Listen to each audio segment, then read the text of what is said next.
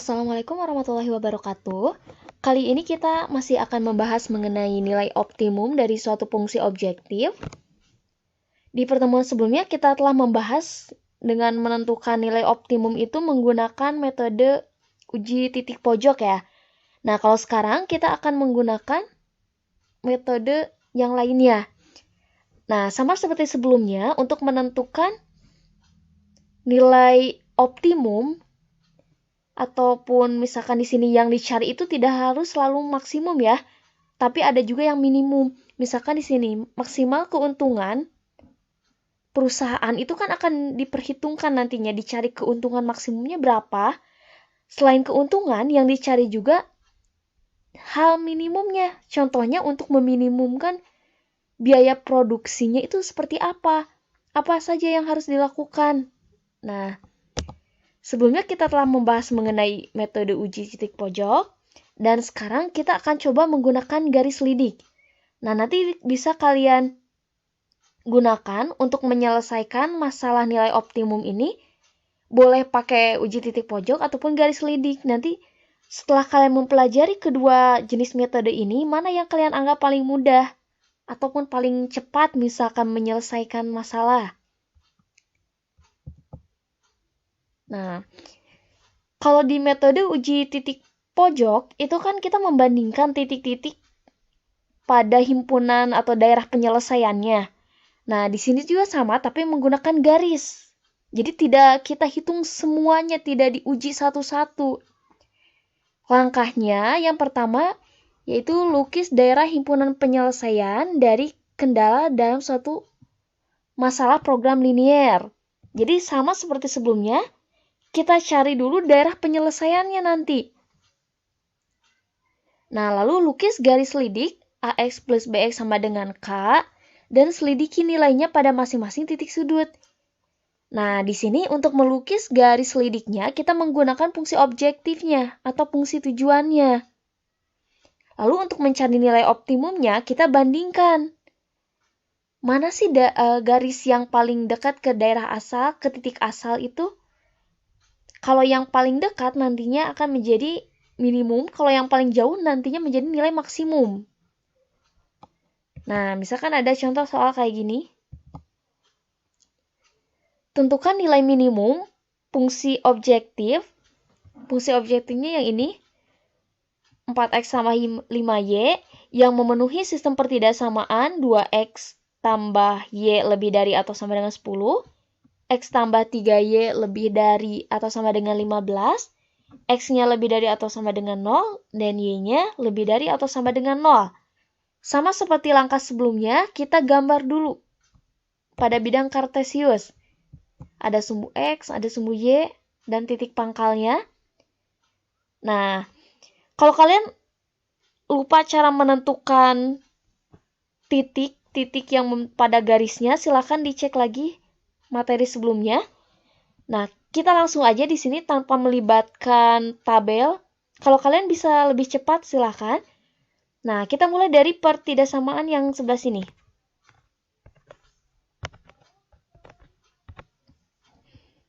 Nah, kita mulai.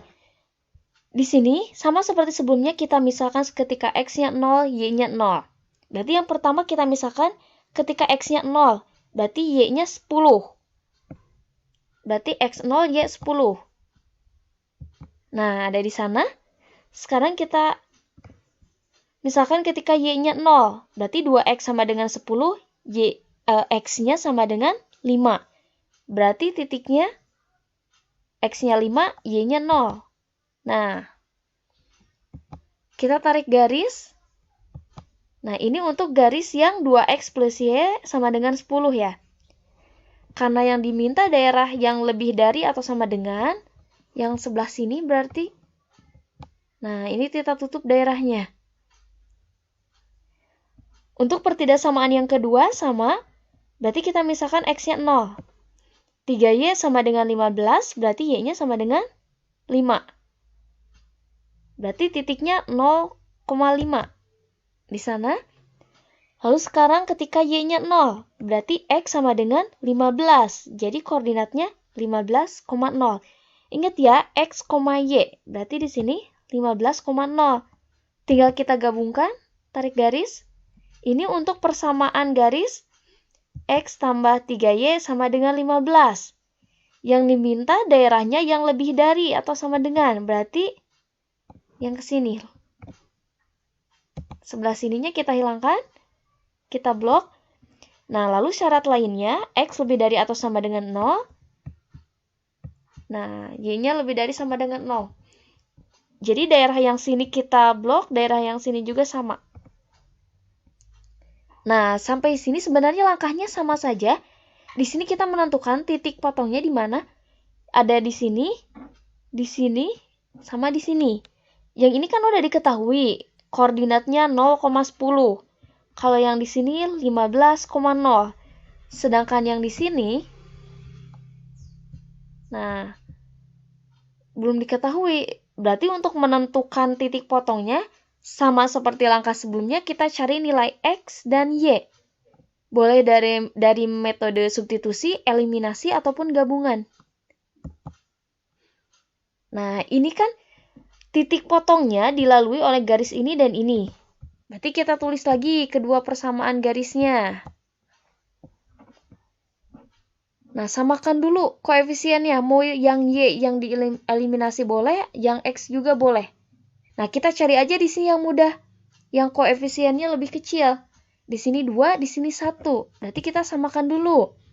Yang atas tetap kali 1, yang bawah supaya nanti habis, berarti harus dikali 2. Yang atas tetap ditulis lagi 2X plus Y sama dengan 10. Yang bawah semuanya kalikan 2. Ingat ya, semuanya, bukan hanya yang sebelah sini aja. Berarti jadi 2X tambah 6Y sama dengan 30. Nah, ada tuh yang bisa habis. Yang nilai X-nya ini kan bisa habis kalau tandanya kita kurangkan. Berarti yang X habis, sisa yang Y. 1 dikurangi 6, negatif 5Y sama dengan negatif 20. Berarti Y-nya 4. Nah, kita substitusikan nilai Y ke persamaan. Misalkan mau ke persamaan 1 boleh. Kalau mau ke persamaan 2 juga bisa. Jadi bebas kalian mau yang mana saja. Nah, misalkan ke persamaan 1. Ini kan asalnya 2X tambah Y sama dengan 10. Y-nya kita ganti dengan 4. Jadi 2X tambah 4 sama dengan 10. 2X-nya 6. 10 kurang 4. Berarti X-nya sama dengan 3. Jadi sebenarnya koordinat titik potong yang ini itu adalah 3,4. Jangan ketukar ya, X, Y. 3,4. Nah, sampai langkah sini sama. Kalau di metode sebelumnya, kita kan mencari langsung mensubstitusikan nilai X dan Y-nya ke fungsi tujuan. Nah, kalau berdasarkan metode garis lidik, kita menggambar garis lidiknya dulu. Nah, dari soal kan diketahui, fungsi objektifnya itu 4X tambah 5Y. Nah, kita gambar dulu fungsi yang sebelah sini. Nah, 4X. Ada cara cepat yang waktu itu pernah Ibu ajarkan. Kita tukar posisi. 4 jadi milik Y, 5 jadi punya X. Berarti di sini 4, 5 ada di sini. Kita tarik garis. Nah, inilah yang dinamakan garis lidiknya. 5X, 4X plus 5Y sama dengan K. Ini garis lidiknya. Nah, untuk menentukan nilai minimum ataupun maksimumnya, tinggal kita geser garis yang ini. Kita geser garis ini, syaratnya harus sejajar. Dan melewati titik ini juga, dan titik ini juga. Jadi kita geser. Nah, kita geser ke sini pertama. Nah, coba kalau misalkan garisnya digeser ke titik sebelah sini.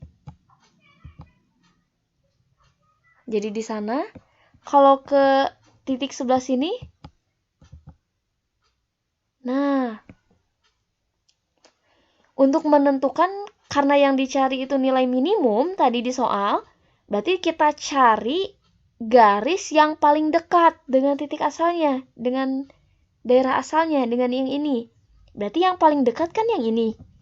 Jadi, garis ini yang paling dekat dengan titik asal, maka nilai minimumnya pasti ada di titik ini. Di titik berapa tadi? 3,4. Tinggal kita substitusikan. Ganti X dan Y-nya dengan 3 dan 4. Nah, jadi 4 kali 3 tambah 5 kali 4. 12 ditambah 20, 32.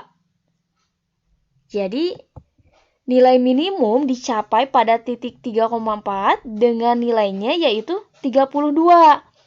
Nah, kalau misalkan kalian ragu, bener nggak sih yang ini? Coba aja kalau kalian mau membuktikan pakai metode yang sebelumnya, yang pakai uji titik pojok. Maka hasilnya akan sama juga. Nah, Bu, lebih mudah yang mana? Tergantung soalnya sih.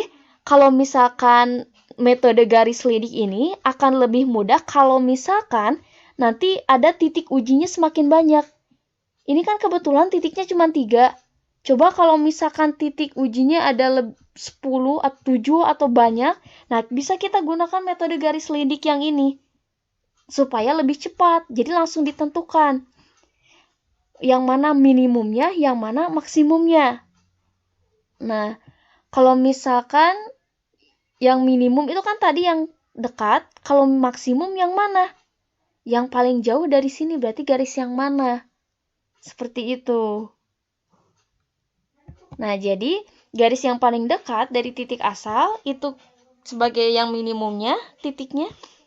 Sedangkan yang paling jauh sebagai yang maksimum nantinya. Nah, sekian pertemuan kita kali ini. Wassalamualaikum warahmatullahi wabarakatuh.